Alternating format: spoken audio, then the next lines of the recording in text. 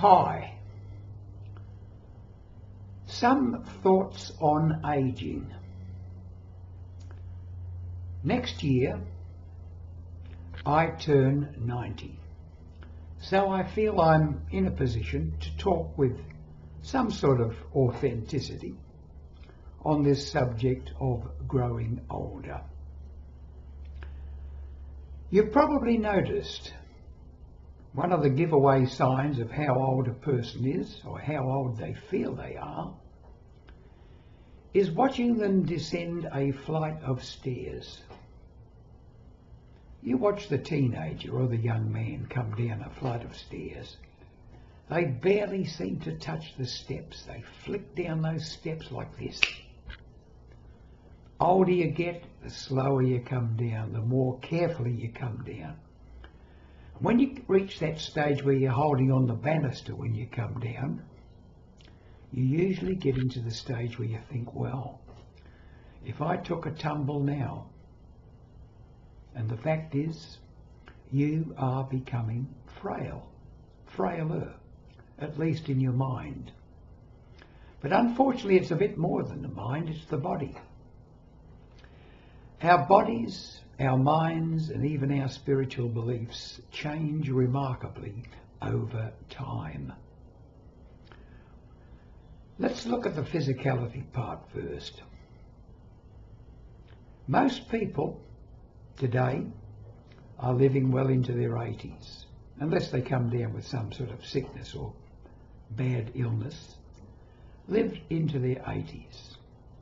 And yet, even before they're halfway there, around about their late 30s, early 40s, what happens?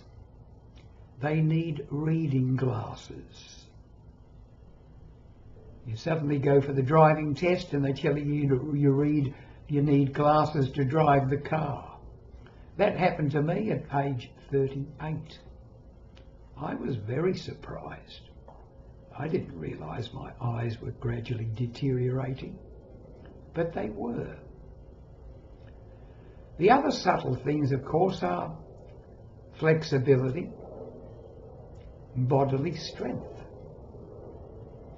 If you are, as I have been, a bit of a gym junkie, and in your 20s and 30s were enormously strong for your size, suddenly when you get to around about 50, you realise that you're not as strong as you were. You're losing muscle mass. And no matter how hard you try, and I've been going to the gym now since I was 20, and I still go at 89, but you lose muscle mass and you lose strength. You lose the energy. You find that you walk slower now than when you used to. You're tempted not to run for the bus when you see it coming. Is it really worth the energy? I still run for the bus if I see it coming, providing it's not too far away. So there's this side of it. The other side, of course, is the ability, or how could I say it, the ability to recover from something quickly. A cold takes longer when you're older. A cut takes longer to heal when you're older.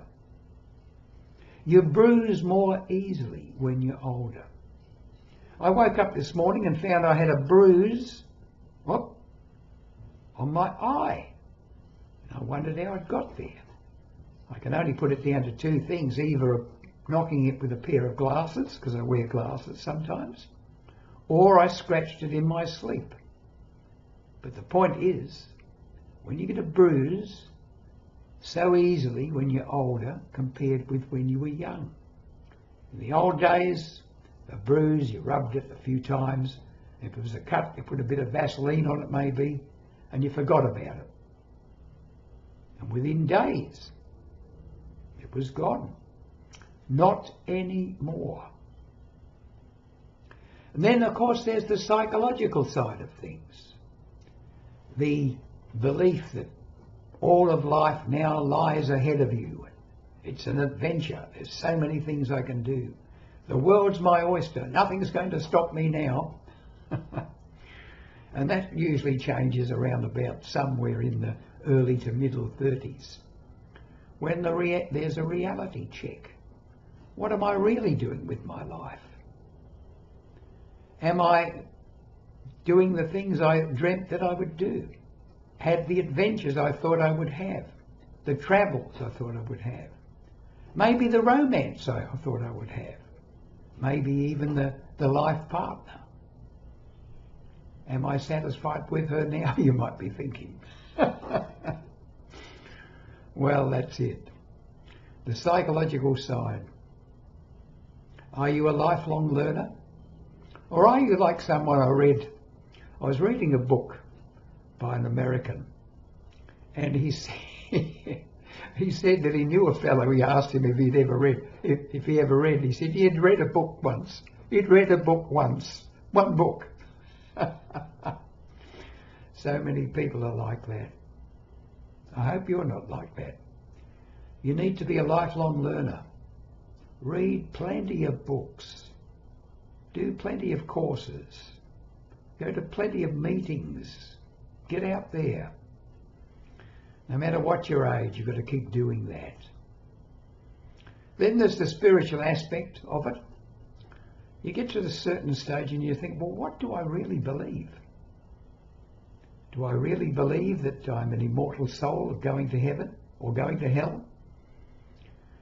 And unless you work out some sort of life philosophy that appeals to you, body, mind and spirit, and they all gel, you'll always be a little bit dissatisfied. If you say, well, I don't really know, then you are telling the truth to yourself. None of us really know the absolute truth. We do have our own truths. How do we gain that? Not by what someone tells us to believe. That is a belief. Beliefs can change and often do. Our truth is something gained from our own experience, our own lived experience. If we can't trust our own lived experience against what someone tells us, then we're in big trouble. Our experience in life is our truth. As I said, it's not the ultimate truth, not the absolute truth, but it is as close as we're going to get to it. So those are the things in ageing. We gradually slow down. Our bodies become more subject to the knocks and bruises of life. Our minds, though, our beliefs, we should grow more resilient, more tolerant as we grow older, accepting what is. Because let's face it, what is cannot be changed until we decide, yes, this is it, now I can make a change to make it different. Okay, I think I've spoken long enough on this thing about ageing. Body, mind and spirit. Look after them all. Bring them into alignment and hopefully you'll have a good, happy ageing process.